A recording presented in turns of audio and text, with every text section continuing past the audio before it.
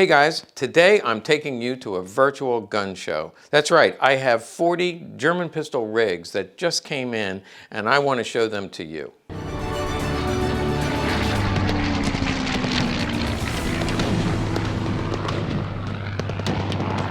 This new format that we're trying out has really grown out of a problem. So the problem we have is that our photographer fell in love and ran away with his girlfriend. That's right, they went to Australia together. We're not sure when he'll be back, but if you don't know Logan, you maybe saw him at the Show of Shows. He's the one with the big guns. Whoa! We of course wish Logan the best. And in the meantime, we're going to find a new photographer and get back in action. But for now, we want to try this new format. And we have over 200 guns waiting in line to get onto our website. If you remember the short video, we talked about this collection of guns that just came in. Those boxes are all opened up, but I can't get the photographs made. And in the meantime, we got another collection of about 40 German rigs. Shout out to Lou, by the way. Thank you for trusting us with your treasures. He stopped by, dropped off the 40 rigs. Now I've got 240 items waiting in line. So here's my thought. I'm going to put them on a video. By the way, we do have a photographer that should be starting in a couple of weeks, but in the meantime, I want to be able to move some of these rigs. Now, on the plus side, you're going to see them first and foremost on YouTube or on another channel. And we're going to put a timestamp in between each new gun. So therefore, if I throw something up there that you're not really interested in, let's say I throw up a Mauser that I don't care about Mauser, you can fast forward to the next timestamp. Maybe that'll be an SS PPK. I actually don't have one of those, but we have a gun that you want to look at and so on. So it's going to be a little bit longer. You can fast forward through the different guns so you can see all that's being offered, and we will give prices. We're not allowed to sell guns on YouTube, but you can figure out how to get a hold of us. I will give prices and let us know if there's something that you want. And like I said, these eventually, well, if they don't sell, they'll eventually go on the website, but you're getting an opportunity to see them well before we get them listed on the website. So let's try this out. Come with me. So they're not all rigs. As you can see, some are individual guns, but this was the grouping, and I don't think it's exactly 40 because some of them I pulled for various reasons, maybe research. We're going to go ahead and start right in the middle here because I see some Radoms, and these are particularly cool. Come take a look. Okay, once again, thank you to Lou. This is a beautiful Radom holster dated, it's BNZ by the way, 1944. There is no spare magazine in this one. And we can see it is in the E block, which is fairly early, so I think about 1941. Still has the high polish finish, a little bit of markings here. It's not really corrosion, but it's spots in the finish. Front strap, you can see a fingerprint there. Somebody had sweaty hands, and it is slotted. So beautiful gun, and the magazine, I believe, is Waffen stamped. Yes, it's Waffen stamped right there. So an E-block Radom, these are getting harder to find and still very popular. We don't keep them on the website very long. And Randy's going to pop up the price of this rig. Now, technically a rig, I should, by definition, well, I don't know. I think collectors just made it up. If you look it up in the dictionary, it won't say what I'm about to tell you. So that means collectors just made it up. A rig is usually the gun, a holster, and a spare magazine. I call this a rig, but technically it does not have the spare magazine. Let's do another Radom. Move that one out of the way so we don't look at it twice. Again, it's a nice Radom holster, not as nice as the last one, and I can't read the date here. It looks like about the same time period. And this is a later gun, actually in a little better condition. Rougher finish. Take a quick look. You can see this is the high polish finish from earlier. And you don't see, like here, you don't see the machining marks. Pardon my, my trying to juggle guns. It's a good problem to have. You can see the machining marks here. So this is much later. And if you look at the letter block, it is in the L block. Now that is grease on there, in case you're wondering. It's covered with grease. He tended to cover everything with grease, which is good. You can see the machining here, in the L block. By the way, these are both in 9mm. This magazine also is Waffen stamped. Going back to the holster, it is a correct late war holster and no spare magazine. So we'll put that back here. and move it out of the way. Now, this Radom is probably my favorite gun in the whole collection. Very tempting to keep because as soon as you see it, you can see that looks like a 1944, again BNZ. P35 was the German designation for this model. Was not the Polish designation. They called it the VIS. But here you see a phosphated gun. This is blued. Very late war. I believe it's K block. Yes, the last letter block was the K block. And that's actually very late in the K block. So this is actually all smoothed out. You can see what I mean. It had the striations there, if that's the right word. Here it's kind of smoothed out. And again, I think that's the way it came from the factory. They removed some of the safety features here. They no longer had the plastic, so they used the wooden grips. This is a very desirable variation and therefore costs a little bit more. Here you see the Waffen proof magazine. It's probably phosphated as well. And so I guess we'd call it a dual tone because it has some blued parts here and here. And then most of it, even the screws, are phosphated. So it comes with the gun, the holster, no spare magazines. You can tell that Radom magazines must be scarce because he put them together usually with magazines, but this case it wasn't. And to make it even better, we can see it comes with a capture document. Now the capture documents, we've talked about this before, it adds about 15%, sometimes a little bit more, especially if you can identify the vet and his unit. So you can see the serial number is correct. It's a little bit different than what I usually see. Which I'm not sure why, but this is 1945, 3rd day of October. So actually it was, maybe 5 months after the war ended. The war ended in May, so this is October of 1945. There's the signature of the commanding officer. And then over here, one dagger. And then here is the vet's name, signature, in private first class. And so the owner not only had the capture papers, but looked up the vet. And there's information about the vet that you can read. I can see right on this front page that he died in 2008. And then there's a write-up about the vet. And I should spend more time on it, but my goal is to just show you these. He's from Massachusetts, and that's where the owner drove down from Massachusetts to drop these off. So we've got the late war K block Radom with the holster and the capture papers and information about the vet who brought it back. Okay, that's all the Radoms, and so now we're moving on to a Femaru, also known as a Model 37. Again, the German designation, pistol Model 37, 32 caliber. I mentioned those were all 9mm. This is particularly desirable because 1943, they ordered 30,000 of these. They actually ordered 60,000, but they only delivered 30,000 because of a shortage of workers. That's a euphemism for slave labor. Foreign workers, forced labor, slave labor. 1943, these all went to the Luftwaffe. This is the original holster. It is marked 43, and that is a Luftwaffe proof. It's an Eagle L2 proof, and the holster is in excellent condition. This does have the spare magazine, which is not matching. It has that finger rest at the end, which you can see better here. And you'll also see that it has one matching magazine. So that adds a lot to the value. The fact that it went to the Luftwaffe adds a lot to the value. Here you see the number matches the frame of the gun, matches here, and also matches on the barrel. So beautiful gun. Look at that front strap. This thing is in the 90+%. I'd probably call it about a 97, 98. People take issue with me on that, but it's my channel, so I can rate it whatever I want. Joking. It is in excellent condition, about as good as they come for an 80-year-old gun.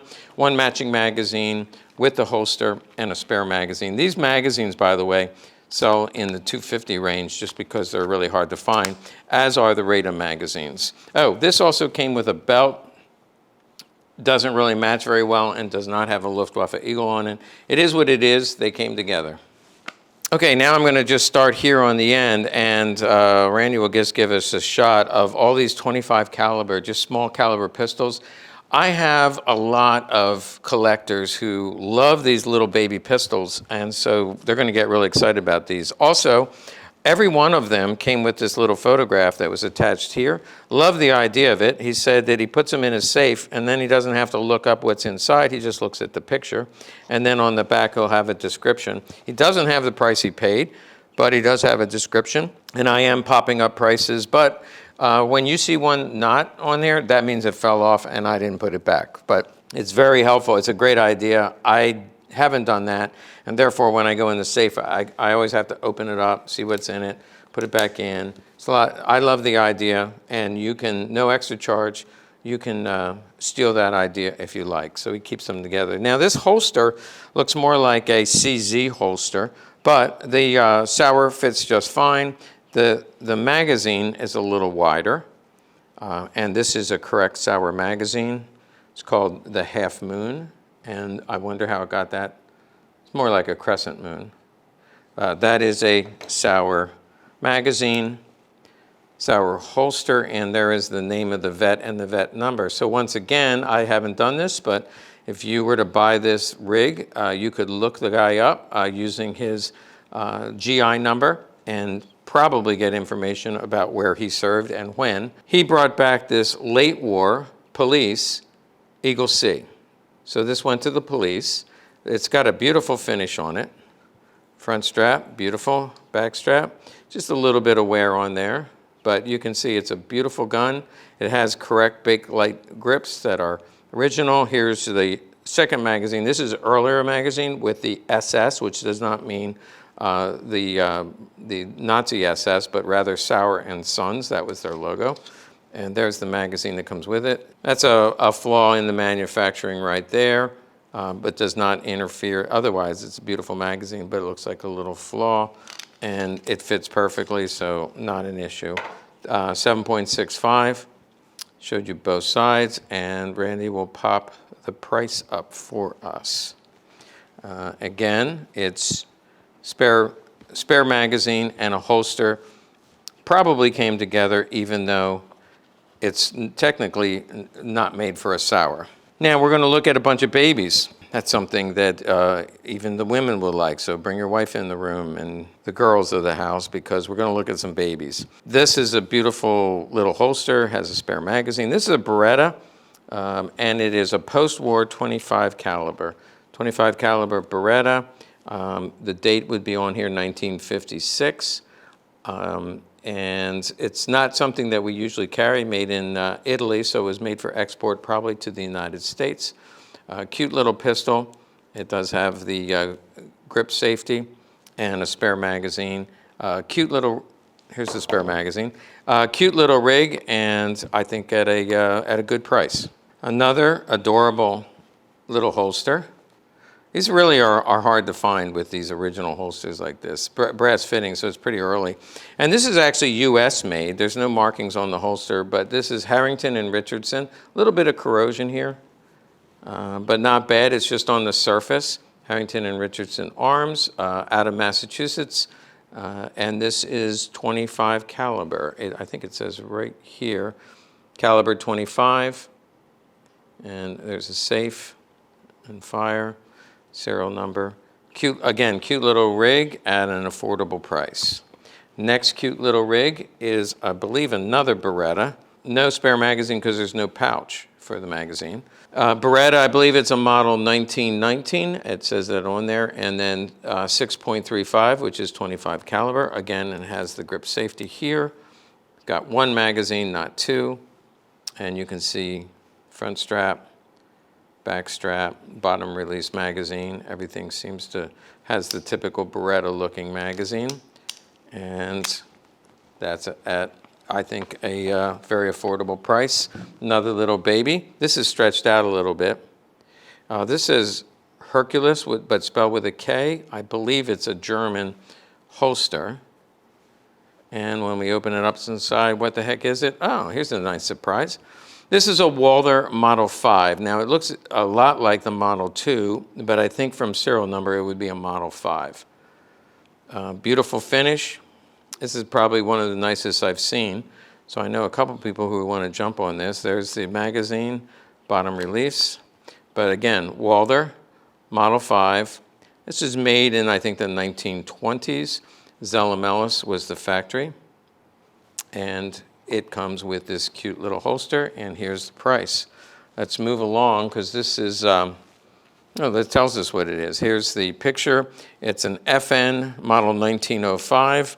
It was made in 1906. So for second year of production, you'll notice these are horn grips because there's little holes in it, and that's a bore holes. When you leave them up in the attic or unattended for a long time, they will gather little worms that will eat the horn.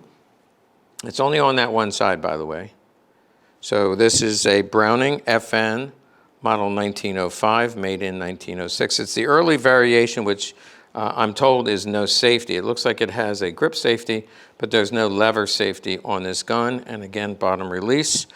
It's got a very thin holster, but these actually were made, I believe, by Aka, and they were just thrown in with the sale of the gun. It's just a thin layer of gabardine. That's a reference to Seinfeld, if you know it. Next, another little 25 caliber. This one is a Bayard. It's not a 25 caliber. Look at that, 7.65. So this is a 32 caliber. Bayard, there's the logo. I've seen these before. And it does have a bottom release magazine. It has a spare magazine, and even though the bottom is a little different, this, I believe, is an Astor magazine, but somebody can tell me, because it's cut for the bottom release, and I'll just show you how it fits. Take that off, not cut. This is cut, and we put it in. Fits. And fires. So I believe the spare magazine will work just fine. We didn't take it out and shoot it. Okay, the magazine is a little tough getting out because there wasn't enough of a lip to pull it down. Instead, it's on the side, but I do believe that's an Astor magazine. Came with it. It may or may not work. 32 caliber. It does look like a 32 caliber magazine, and there's the holster. No marking on these little baby holsters, but they're still cute. This is another one of these thin holsters. In fact, this one and the next one, you'll see these again. I believe they were made by Aka, and they came on a lot of the Walthers. Oh, this is a Walther 22 caliber. This is a special gun. I like this one as well. So this is a 22 caliber. I'm going to call it, it's about 99%. Nowhere here, nowhere even where the slide goes back, absolutely nowhere. Nowhere. You can see the crown end, and it's over top of the finish. Crown end here, some fire blue here, some fire blue here. Just a beautiful gun. Now these wooden grips were a factory option. You can see them in the catalog. It was an upcharge, and evidently not too many people liked it because these grips are very, very rare, and they do have the correct magazine with the extension, wood bottom extension. There's two variations. This is the first earliest variation because on this variation, this bottom piece actually screws into the frame. So you can see the magazine, 22 caliber with these grips, and these actually sell for a premium because they're so rare. And this is a Walther mint holster, but it just came as a salesman's sample, meaning when they sold the gun, they threw these little holsters in, but it fits very nicely when you close it down. It looks really nice, and there's no belt loop in here, so probably whoever bought the gun would have bought a holster separately. And this is another example of these little thin layer of gabardine. If you don't know that reference, go to Seinfeld. Nothing between you and me but a thin layer of gabardine. This is a Model 9, and you know how I can tell? Because it says Model 9. Now this is very distinct. At the time, it's the smallest semi-automatic in the world, and I think since then they made the Lilliputian, which was even smaller. It has, the magazine's always difficult because you got to get your fingernail under here, and that's hard to do with gloves on, but there you go. It's also hard to get the grips off because you have to have the tool. Instead of a screw, there's a little tool that has tines, and you take that off, unscrew it, and then that piece pops off. But this is a Walther Model 9, very popular with collectors. Easy to take apart, just push this up, that spring comes out, the slide comes off, fairly easy. And these are very popular and 25 caliber. By the way, I don't think I gave the, oh yeah, it's a 20, this was a 22 caliber, and I gave you a price on that. Only a couple more little ones to go. And again, you can fast forward on the timestamp and skip over guns that you don't care about, like this Ortgies. Now, a lot of people say Ortgies, but I think that would be wrong. You know, we have been accused of, never mind, I won't even say that. We have been accused of being filmmakers. We tell people we do films, and we have this secret location with no trespassing signs all over. So there's two theories. We're making adult films, and the other theory is that it's a marijuana dispensary. But little do they know, we sell collectible guns. But we try to keep a low profile here. All right, this is the Ortgies, and they usually are commercial. I have had a few that were unit marked for the police. This comes in 25 caliber. It is crown end stamped. These are a little cheaper, very well made. You can see the crown end, and then also 6.35 millimeter. These sell fairly cheap, and they're nice guns made right before the beginning of World War II. Now, seems like we have one more little guy. Love the holster. Can you guess what's in here? I know, because I cheated. I looked. Here we go. That's brass, which means early. This is probably from early 1930s, and lo and behold, it is a Model 8. Now, if you think Model 9 is popular, Model 8 is even more popular, and these just keep going up in price. You see a Walther banner magazine, which is correct. There's the magazine itself, original magazine, and we're going to have a spare here in a minute. Has the same tine. Take off the grip with a special tool. You can see the nice high polish finish, hardly anywhere here, almost nowhere here. Top, back, the slide, even pulling back, there's hardly any marks at all. Now this would be crown end proofed here and here, but very faint. And from the serial number, we can tell whether it's a variation 1, 2, or 3, and you can buy Dieter Marshall's book and look that up. Or we can look that up for you, but we're going through this fast and furiously. You can see easy safety feature, and taking them apart is just a matter of pulling this down, and then the slide will come back just like a PP or PPK. So the takedown on this is very easy, and it is also 25 caliber, very popular 25 caliber. Oh, I didn't show you here's the spare magazine that is Walther marked. And so this rig, you can see the price on your screen.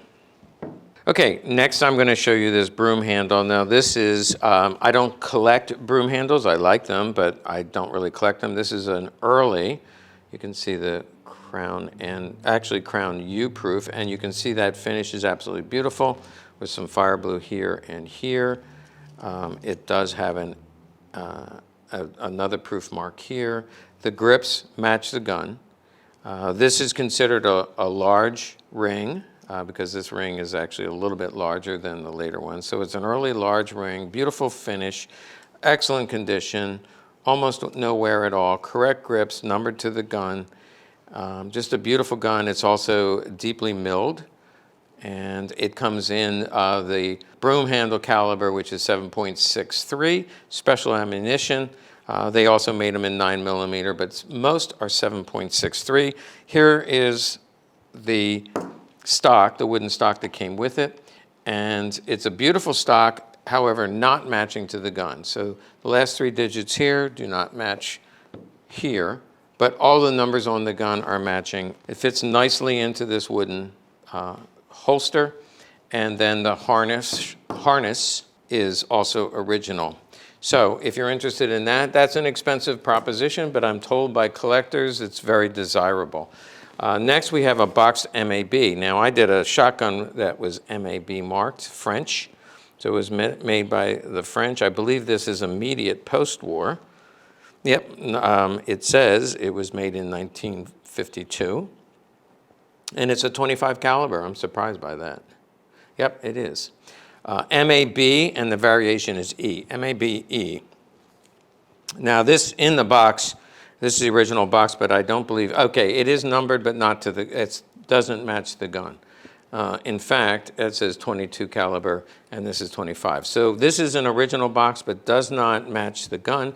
But just look at the condition of this gun. It's absolutely mint condition in an original box. And there's the magazine, comes out real easy, pop button.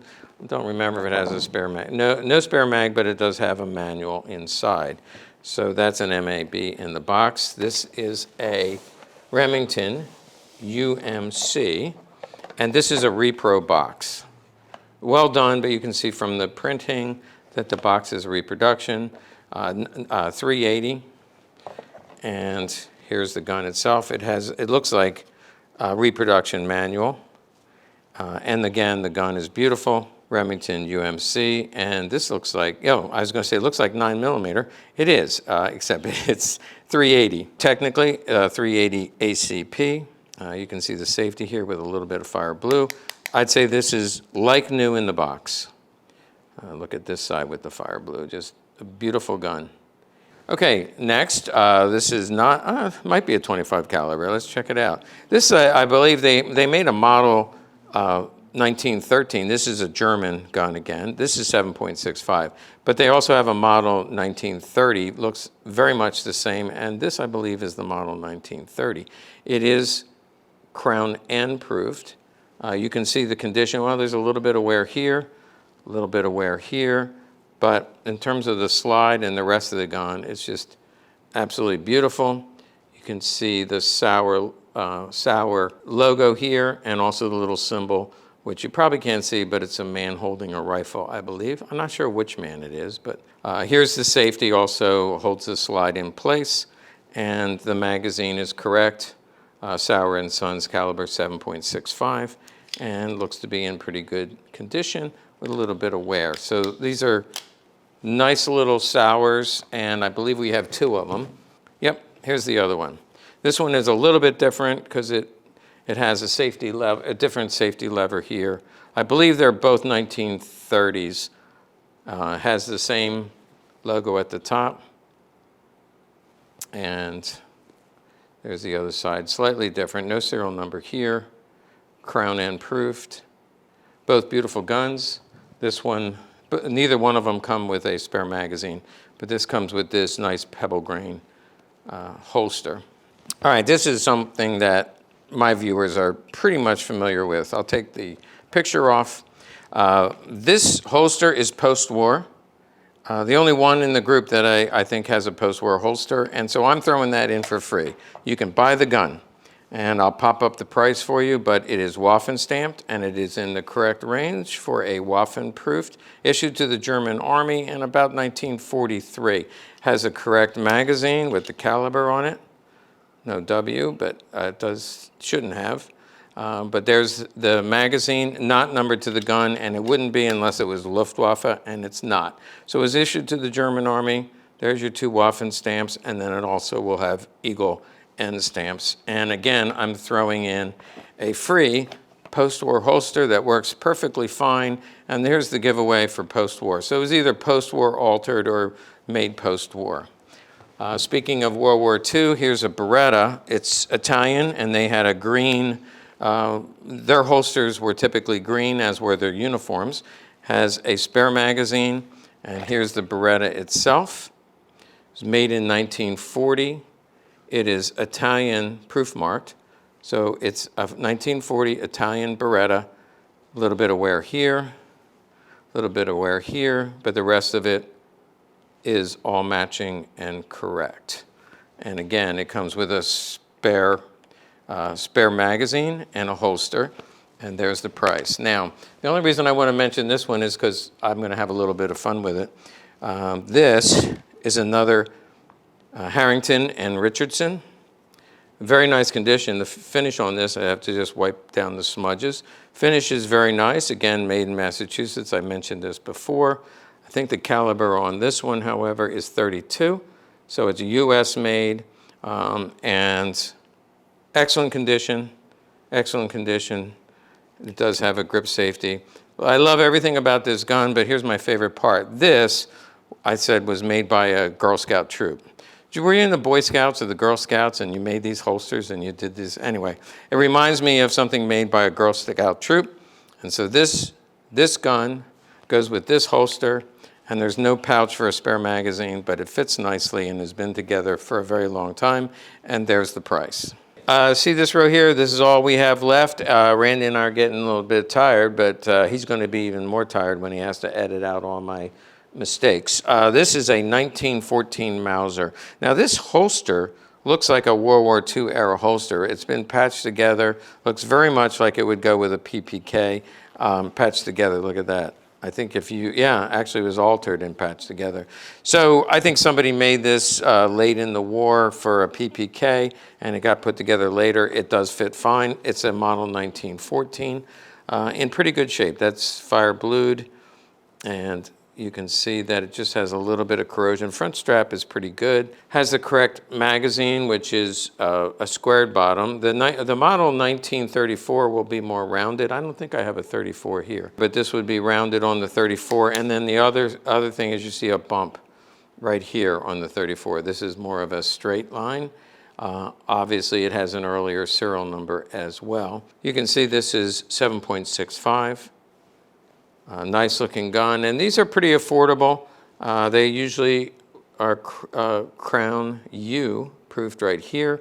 If they were used in World War I by an officer, it would have a second crown there. This was probably made in around 1914, and they were purchased by individual officers as a carry piece. And in Germany and throughout Europe, that was a lot more common. In the United States, officers just generally did not buy their own pistols, but in Germany they did. This is probably the nicest MAB French pistol. It's the Model D. We showed you a Model E a little bit earlier. Look at these front straps. It's just so nice. I thought maybe it would be refinished, but I think it's not, and instead it's like the nicest one I've ever seen.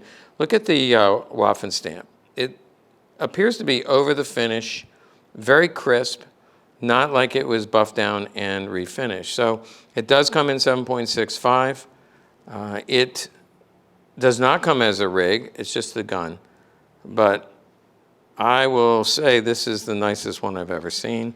And that box one over there from post-war period was pretty nice, but this is every bit as nice. You know what? Let's take a second and look at them both. Yeah, we're comparing the finishes. So this is the Model E of obviously a slightly shorter version and smaller calibers. So 25 caliber and 32 caliber. And this one was accepted into the German army after the fall of France in World War II.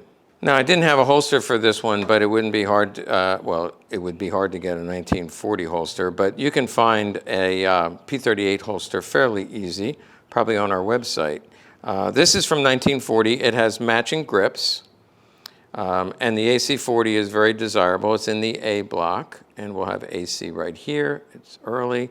I already mentioned that the grips are numbered to the gun. It's in pretty good condition. A little bit of corrosion here, and a little bit of corrosion here. Overall, a pretty nice gun. You can see the matte finish here, and then the shiny finish, and that was to keep the sun from reflecting in your eyes when you're aiming, so I know this is all original finish. And it has a magazine that is not matching, but it is in the A block. So you see 9066A, and this is 4200A, and what makes it even more unique, so this is not matching. Everything on the gun is matching, grips are matching. The magazine is not matching, but you saw I had two magazines with it. It's got two magazines that match each other, but not matched to the gun. So it makes it somewhat unique, and here is the price. Okay, one more Beretta. This is an altered holster. You can see that it used to have a pouch. Somebody removed that. And then I don't think it was cut by a GI, because this cut looks like it was sent back and altered. Not sure who would have done it, but it looks like it would be late war because it's pebble grain. Again, just like the other one, this would fit a PPK, and it is dated. You can see the maker and the date 1944. So this was a 44 holster, altered, again, would be nice for a PPK, but it came with this Beretta dated 1941, Italian Army, but it's going to be cheaper because it's mismatched. The slide and the frame and the barrel are not matching, so it is a mismatched gun. Beautiful condition, does have the proofs for military issue to the Italian Army, comes with a cool holster, and price to sell.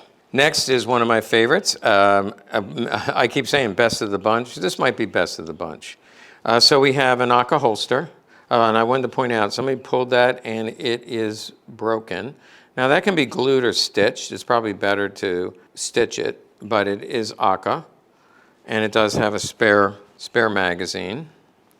It's an early gun, and this is a wartime magazine, but you'll see when I take this out that it's an early PPK, so 90-degree safety, so that's early. I think this was about 1935. You can see the serial number. Actually, it's earlier than that. It's probably 1933, 34. And what's important, I might as well get to the bottom line, it is a bank gun, bank security guard. You can see pantographed on the slide is the serial number on the slide and the frame. So we know from research that these were made for bank guards. It comes with the typical early magazine, and I'm going to say 1933 or 34. It has a slab, it's a solid color, which is correct, no lip, slab side, not the indentation that you usually see. And on this side, you can see it is numbered. Now, it's not numbered to the gun, but it's close. So this is a bank style magazine, had to go in a bank gun. This is a bank gun, and you can see the first three digits are 765. Hard to see, but this is 764. So 764, it's about 1,000 numbers off of being matching, but bank magazine, bank gun in an AK holster with a spare magazine, and there is the price. Now, if you look at this again, you see AK marked. It's a little dirty in here, but also there's there's writing all over in here. It looks like a German name here, and then an American who captured it, wrote their name on it. So it was probably turned in at the end of the war. And to GI, you know, when they went into the towns, they got on a loudspeaker and say, turn in all your guns, and that included the local bank. Let's move along. I have another P.38, hard shell. This is 1943, P.38, Waffen stamp. Nice looking holster, and it comes with a 43, I said 43, I think, 1943. And then it comes with a 1943 holster. No suffix, 4-digit, no suffix, and all matching. Correct grips, and correct magazine, and a spare magazine. So we have the spare magazine. Oh, this lift strap is broken. The lift strap, somebody lifted it too hard. That can be repaired, but that goes inside. The gun goes down in here. And then you're supposed to be able to pull the lift strap if you have to, but no need, because you can just pull it out like that. Here's the other side of the gun. Has the proper 3 proofs, numbered here, some fading here. All correct and matching with original finish, and the spare magazine and the holster to go with it. Okay, if you're fast forwarding through, we have 3 Browning Model 1922s. This one comes with a spare magazine. It's wrapped in cellophane, but it's correct. This is the correct holster, dropping style, often used by the Luftwaffe, but there's no marking on the back, so I can't say for sure. I can say that this is a beautiful, all original finished gun. It only has the Eagle test proof. It does not have a Waffen proof, so this was used, probably purchased by a civilian or an officer. And again, it would be, I think it's mid-war. You can see the serial number here and here are matching, has the wooden grips, and then this is the correct magazine. It comes with the holster and a spare magazine. As far as 1922s, this is a really nice one. Oh, it's also numbered here. So you have the serial number here, here, and here. The magazines generally were not numbered, and again, it is Eagle N proofed. The next one has a similar holster, similar style, not in as nice a condition. You can see the condition of the first one is much nicer. And it does not have the spare magazine, but this one has the plastic grip. You can see the early grip was plastic, and then later they used wood. This one is also 140 proofed, and to make it pretty rare and a little bit of a mystery, I have to go look it up in my FN Browning book. But you can see it's 140 proof. It is in the A suffix block, and you can see right there it says 9 millimeters. So that's actually 9 millimeters short. And you can see here the bore is a little bigger. It's very rare to have a 9 millimeter that was issued to the German Army. That usually happened very early, so I don't understand the serial number being in the A block, but it is a 9 millimeter, has the early grips, and it was issued to the German Army in 9 millimeter, and that's the holster. No spare magazine, by the way. And then finally, I like this one, it's late war as well. This is an ersatz holster or paper holster. It's hard to pull this up because they just took layers of paper and they glued it together. They're running at the end of the war, they're running out of resources, including things like the plastic grips. They needed oil to make the plastics. Then they also were running out of leather. And so we can see this is hard to pull up, but it's in pristine condition. This is a phosphated magazine, correct for late war. So again, this is very late war. Minty holster. And then here's the gun itself. Again, beautiful gun. Has the plastic grips, you can see similar to this one. This one is also 140 marked. So it went to the German Army, 7.65 versus the 9 millimeter. 7.65. 9 millimeters are going to be a little bit more expensive because they're more rare, and they are desirable among collectors. So you can see the condition, and this one also comes in the A block. So there you go. These two should go together. This is early in the A block. This is later in the A block. Similar condition. Beautiful straps. A little bit of wear here. This is pretty strong, duller finish. This has a higher polish finish. So I'll have to get a little more information about this being 9 millimeter. And then this, there is no spare magazine on the middle one. This one, there is a spare magazine, and it is phosphated. Hey, we just went through a lot of guns. I don't know about you, but I'm tired. Hopefully you were able to fast forward, and now you want to know, well, how can I buy a gun? Best thing to do is to email us, and we'll try to do first come, first serve. If you call, we don't always pick up the phone because we're busy trying to get pictures done. And if you like this format, I'll do it again until we can get a photographer and begin to add things to the site. Hopefully that will happen real soon. Thanks for watching, and make sure you like and subscribe to the channel because I'm going to have to do this again real soon.